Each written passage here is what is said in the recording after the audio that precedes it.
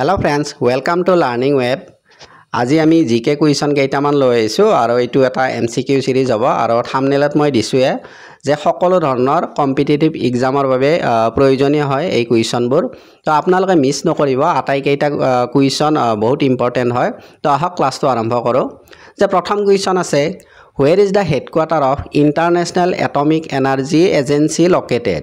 ইয়াত কি সুধিছে আন্তৰ্জাতিক যে পাৰমাণৱিক শক্তি কেন্দ্ৰ বা অনুষ্ঠান ক'ত অৱস্থিত option A Geneva Switzerland option B Vienna Austria option C Jakarta Indonesia আৰু অপচন ডি মস্কো ৰাছিয়া তো ইয়াৰে শুদ্ধ উত্তৰ হ'ব অপচন বি ভিয়েনা অষ্ট্ৰিয়া যে অষ্ট্ৰিয়াৰ ভিয়েনাত কি আছে ইণ্টাৰনেশ্যনেল এটমিক এনাৰ্জিৰ এজেন্সি অৱস্থিত অপচন বি শুদ্ধ উত্তৰ ইয়াত মই দিছো যে অষ্ট্ৰিয়াৰ ক্যাপিটেল কি ৰাজধানী হৈছে ভিয়েনা আৰু অষ্ট্ৰিয়াৰ কাৰেন্সি হৈছে ইউৰো এই কথাটো মনত ৰাখিব ইয়াৰে পিছত আছে কুৱেশ্যন নম্বৰ 2 অভিৰুচি sports day celebrated in Assam every year in which date যে অসমত প্ৰত্যেক বছৰে অভিৰুচি ক্ৰীড়া দিৱস কোন তাৰিখত পালন কৰা হয় বা উদযাপন কৰা হয় অপচন এ 23rd জানুৱাৰী অপচন বি 3rd ফেব্ৰুৱাৰী অপচন সি 3rd সেপ্টেম্বৰ আৰু অপচন ডি 13 মাৰ্চ তো ইয়াৰে শুদ্ধ উত্তৰ হ'ব অপচন সি 3rd সেপ্টেম্বৰ যে সেপ্টেম্বৰ মাহৰ 3 তাৰিখে প্ৰত্যেক বছৰে অভিৰুচি ক্ৰীড়া দিৱস উদযাপন কৰা হয় অসমত অপচন সি শুদ্ধ উত্তৰ ইয়াতে মই অকমান লিখি দিছো in 1966 Bhogeswar Barua on the gold medal in the 8 meter race in Asian Games যে 1966 চনত ভোগেশ্বৰ বৰুৱাই কি কৰিছিলে এছিয়ান গেমছৰ 8 মিটাৰ দৌৰত সোণৰ পদক লাভ কৰিবলৈ সক্ষম হৈছিল in the same year he got Arjuna award আৰু সেই বছৰটোতে তেওঁ অৰ্জুন বঁটা লাভ কৰিছিল আৰু অৰ্জুন বঁটা লাভ কৰা তেওঁ আছিল প্ৰথম অসমীয়া আৰু এই যে আমি যে কলো যে সেপ্টেম্বৰ মাহৰ 3 তাৰিখত প্ৰত্যেক বছৰে অভিৰুচি ক্ৰীড়া দিৱস উদযাপন কৰা হয় ইয়াৰ কাৰণ হৈছে ভোগেশ্বৰ বৰুৱাৰ জন্ম তাৰিখ হৈছে 3 সেপ্টেম্বৰ আৰু তেওঁৰ স্মৰণত প্ৰত্যেক বছৰে 3 সেপ্টেম্বৰ তাৰিখে অভিৰুচি ক্ৰীড়া দিৱস উদযাপন কৰা হয় ইয়াৰে পিছত আছে question number 3 Which of the following is the first UNESCO World Heritage Site in India যে ভাৰতবৰ্ষৰ প্ৰথম বিশ্ব ঐতিহ্য ক্ষেত্ৰ কোনখন হয় option A Ajanta caves option B Elephanta caves option C Sundarban আৰু option D red fort complex তো ইয়াৰে শুদ্ধ উত্তৰ হ'ব অপচন এ অজন্তা কেভছ হৈছে ভাৰতবৰ্ষৰ যে প্ৰথমটো বিশ্ব ঐতিহ্য ক্ষেত্ৰ অপচন এ শুদ্ধ উত্তৰ ইয়াতে মই অজন্তা কেভছৰ বিষয়ে অকমান লিখিছো Ajanta Caves declared a UNESCO World Heritage Site in 1983 located in Aurangabad district of Maharashtra. যে অজন্তা কেভছক কেতিয়া বিশ্ব ঐতিহ্য ক্ষেত্ৰ হিচাপে ঘোষণা কৰা হৈছিল 1983 চনত আৰু ক'ত অৱস্থিত মহাৰাষ্ট্ৰৰ ঔৰংগাবাদ ডিস্ট্ৰিক্টত অৱস্থিত অজন্তা কেভছ ইয়াৰে পিছত question number 4 In which year IIT Guwahati was established? যে কোন বছৰত IIT Guwahati স্থাপন কৰা হৈছিল অপচন এ 1949 অপচন বি 1966 অপচন সি 1970 আৰু অপচন ডি 1994 তো ইয়াৰে শুদ্ধ উত্তৰ হ'ব অপচন ডি 1994 ইয়াৰে পিছত আছে কুৱেশ্যন নম্বৰ 5 ভাবা এটমিক ৰিচাৰ্চ চেণ্টাৰ যাক শৰ্টত বাৰ্গ বুলি কোৱা হয় is located in which city of India যে ভাবা এটমিক ৰিচাৰ্চ চেণ্টাৰ ভাৰতবৰ্ষৰ কোনখন চহৰত অৱস্থিত option A Chennai option B Bengaluru option C Delhi আৰু অপচন ডি মুম্বাই তো ইয়াৰে শুদ্ধ উত্তৰ হ'ব অপচন ডি মুম্বাইত আছে ইয়াৰ ভাবা এটমিক ৰিচাৰ্চ চেণ্টাৰৰ কাৰ্যালয় অৱস্থিত মুম্বাইত অপচন ডি শুদ্ধ উত্তৰ ইয়াতে মই অকমান লিখিছো ভাবা এটমিক চেণ্টাৰৰ বিষয়ে যে ভাবা atomic research centre was founded by হোমি জাহাংগীৰ ভাবা যে হোমি জাহাংগীৰ ভাবাই কি কৰিছিলে ভাবা এটমিক ৰিচাৰ্চ চেণ্টাৰৰ উদ্ঘাটন কৰিছিলে তেওঁ ফাউণ্ডাৰ আছিলে It was established on 3rd January 1954 আৰু 1954 চনৰ 3 জানুৱাৰী তাৰিখে ভাবা এটমিক ৰিচাৰ্চ চেণ্টাৰ ইষ্টাব্লিছ হৈছিলে বা স্থাপন হৈছিলে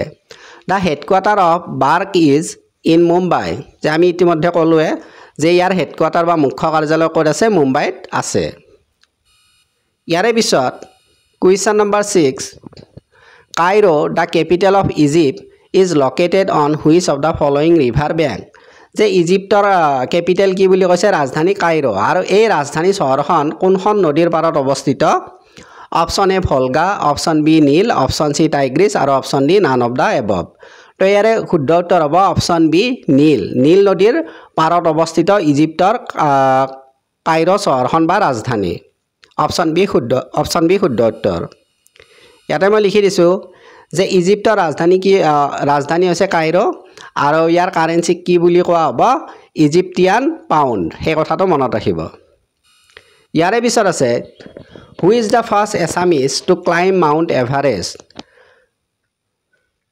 ইয়াতে কি সুধিছে প্ৰথম অসমীয়া যিয়ে মাউণ্ট এভাৰেষ্ট কি কৰিছিলে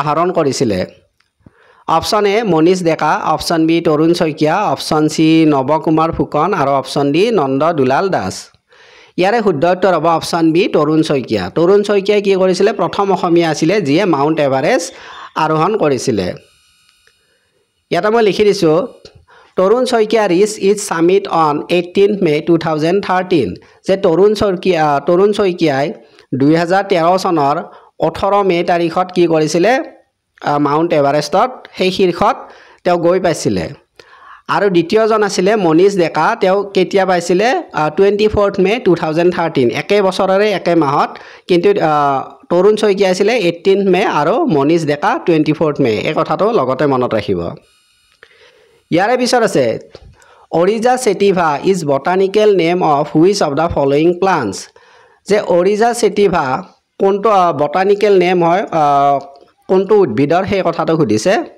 option A tea option B potato option C wheat আৰু অপশ্যন ডি ৰাইচ তো ইয়াৰে শুদ্ধ উত্তৰ হ'ব অপশ্যন চি ৰাইচৰ বটানিকেল নেম কি হয় অৰিজা চেটিভা অপশ্যন ডি শুদ্ধ উত্তৰ ইয়াতে মই বাকীকেইটা অপশ্যনো মই লিখি দিছোঁ যে টিৰ সাইণ্টিফিক নেম বা বটানিকেল নেম হৈছে কেমেলিয়া চিনেনচিছ আৰু পটেটোৰ হ'ব চলানাম টিউবাৰছাম আৰু হুইটৰ ট্ৰিটিকাম এষ্টিভাম এইখিনি লগতে আপোনালোকে চাই ল'ব ইয়াৰে পিছত আছে কুৱেশ্যন নম্বৰ 9 ইয়াৰে মাজতে এটা কথা কৈ দিওঁ আপোনালোকৰ যদি ক্লাছটো ভাল লাগিছে লাইক এটা কৰিব আৰু যিমান পাৰে চেনেলটো শ্বেয়াৰ কৰিব আৰু যদি কোনোবাই ছাবস্ক্ৰাইব কৰা নাই তেনেহ'লে ছাবস্ক্ৰাইব কৰি ৰাখিব এইখিনিয়ে অনুৰোধ মোৰ ইয়াৰে পিছত আছে question number 9 which of the following is known as cultural capital of Assam যে অসমৰ কালচাৰেল কেপিটেল বুলি কোনখন চহৰক জনা যায়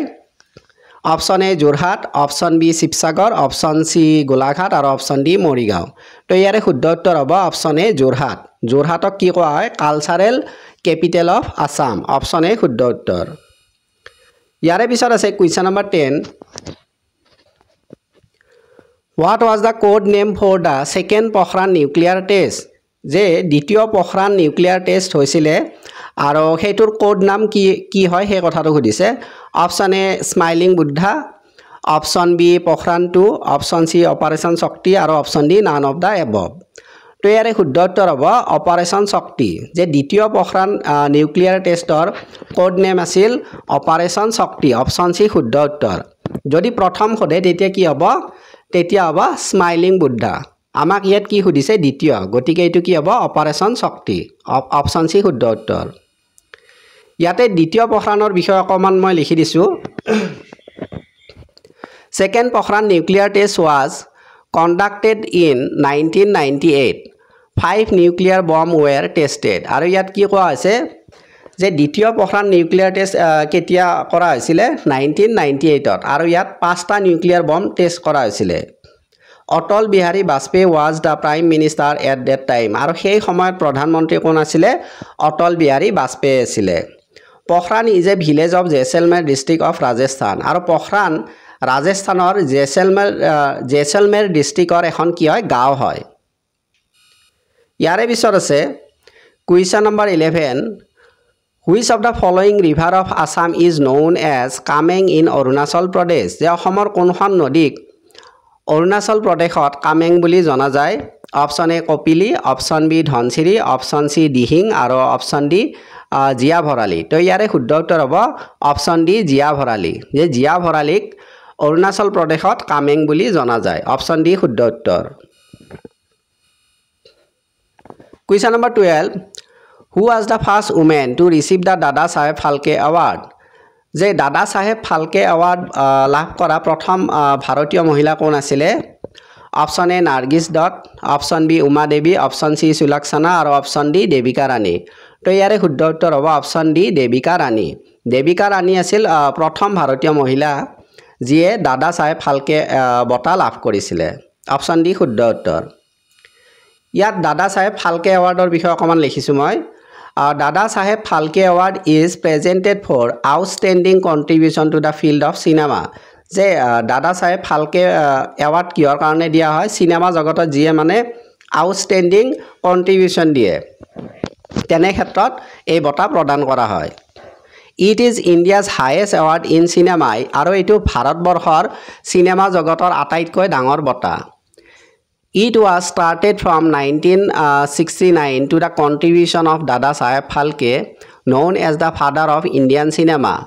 আৰু এই বঁটাটো দাদা চাহেব ফালকেৰ স্মৰণত আৰম্ভ কৰা হৈছিলে 1969ৰ পৰা আৰু তেখেতক ফাদাৰ অফ ইণ্ডিয়ান চিনেমা বুলি জনা যায়। The award is presented annually by the government of India. আৰু এই বঁটাটো ভাৰত চৰকাৰৰ দ্বাৰা প্ৰত্যেক বছৰে প্ৰদান কৰা হয়। যে Dada Saheb Phalke was a producer, director and screen writer. যে দাদা চাহেব ফালকে কোন আছিল?